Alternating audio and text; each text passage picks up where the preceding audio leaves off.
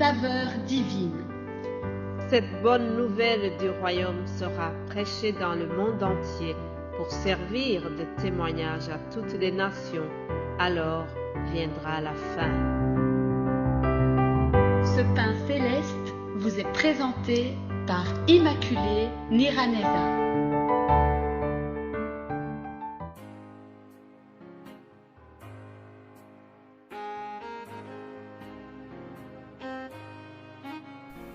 Shalom, shalom, mes bien-aimés qui écoutent l'émission Saveur divine. Que la paix de Christ soit avec vous. Je bénis l'Éternel qui me donne le souffle de vie aujourd'hui. J'espère que vous avez passé un bon week-end. Nous voilà lundi. Une nouvelle semaine commence. Je souhaite que la bénédiction de l'Éternel soit vraiment déversée sur vous. Partout où vous êtes, bénissons ensemble le Seigneur qui nous donne le souffle de vie ce matin. Alléluia. Je vous remercie pour votre attention. Je vous remercie pour vos encouragements. Je vous remercie vous tous qui faites quelque chose pour soutenir cet appel de saveur divine. Plus particulièrement dans ces derniers jours, j'ai vu vraiment le clin d'œil de Dieu venant de vous tous. Il y a la plupart de gens qui m'ont contacté pour m'encourager, pour me dire combien ils sont édifiés par ces messages que nous partageons aussi dans d'autres langues. Cela nous fortifie, cela nous encourage. Vraiment que Dieu vous bénisse abondamment et que nous continuons ensemble à élargir le royaume de Dieu de cette manière-là. Alléluia. Comme vous savez, toute la semaine passée, nous avons parlé de la résurrection de Jésus-Christ. Il a passé 40 jours avant de remonter au ciel. Et pendant ces 40 jours, les apôtres n'étaient plus les mêmes. Les apôtres étaient vraiment restaurés. Ils n'étaient plus tristes. Jésus-Christ a passé quelques jours avec eux, mais je vous assure, ce n'étaient plus les mêmes personnes. Avec cette résurrection, il y avait un nouveau départ. C'étaient des hommes nouveaux. Ils devaient attendre l'arrivée du Saint-Esprit. Écoutez encore ce que nous lisons dans les Actes des Apôtres, chapitre 1. Comme il se trouvait avec eux, il leur recommanda de ne pas s'éloigner de Jérusalem, mais d'attendre ce que le Père avait promis, ce que je vous ai annoncé, leur dit-il. Car Jean a baptisé d'eau, mais vous, dans peu de jours, vous serez baptisés du Saint-Esprit. Alors les apôtres réunis lui demandèrent, « Seigneur, est-ce en son temps que tu rétabliras le royaume d'Israël ?» Il leur répondit, « Ce n'est pas à vous de connaître les temps ou les moments que le Père a fixés de sa propre autorité. Mais vous recevrez une puissance, le Saint-Esprit survenant sur vous, et vous serez mes témoins à Jérusalem, dans toute la Judée, dans la Samarie et jusqu'aux extrémités de la terre. » Alléluia. La promesse du Saint-Esprit a été donnée aux apôtres à plusieurs reprises. Cependant, il y avait une condition pour que le Saint-Esprit arrive comme Jésus-Christ leur avait promis. Il y avait une attitude à adopter. Voyons comment les disciples ou les apôtres se sont conduits dans l'attente justement du Saint-Esprit.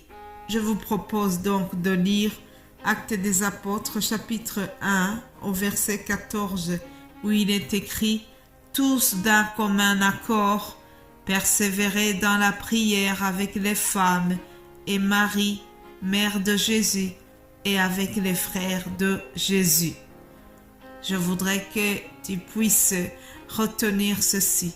tous d'un commun accord, ils persévéraient dans la prière. Mes bien-aimés de Dieu, nous devons prier. Lorsque nous prions, il y a quelque chose qui est très important. Il faut être d'un même cœur. Il faut être d'une même vision. Nous devons être d'un commun accord comme nous venons de le lire. Les apôtres ont été d'un commun accord pendant leur prière lorsqu'ils étaient dans la chambre haute en attendant l'arrivée du Saint-Esprit. Ce qui les a caractérisés, c'est qu'ils étaient dans l'unité. Ils étaient d'une même pensée. C'est ça qu'on appelle le commun accord. La prière qui est animée, qui est suivie par le commun accord, cette prière-là a beaucoup de puissance. Cette prière-là a beaucoup d'impact. L'apôtre Paul avait compris la puissance du commun accord. Alors une fois, en s'adressant aux Corinthiens, chapitre 1, verset 10, Paul a dit aux chrétiens de l'église de Corinthe, il a dit ceci: « Je vous exhorte, frères, par le nom de notre Seigneur Jésus-Christ, à tenir tous un même langage, à ne point avoir de division parmi vous, mais à être parfaitement unis dans un même esprit et dans un même sentiment. » Alléluia. Voilà le commun accord dont Paul a cherché à demander aux chrétiens de Corinthe. Être parfaitement unis dans un même esprit, dans un même sentiment. Alléluia. Puis, dans un autre passage, cette fois-ci, le serviteur de Dieu s'adressait aux Éphésiens.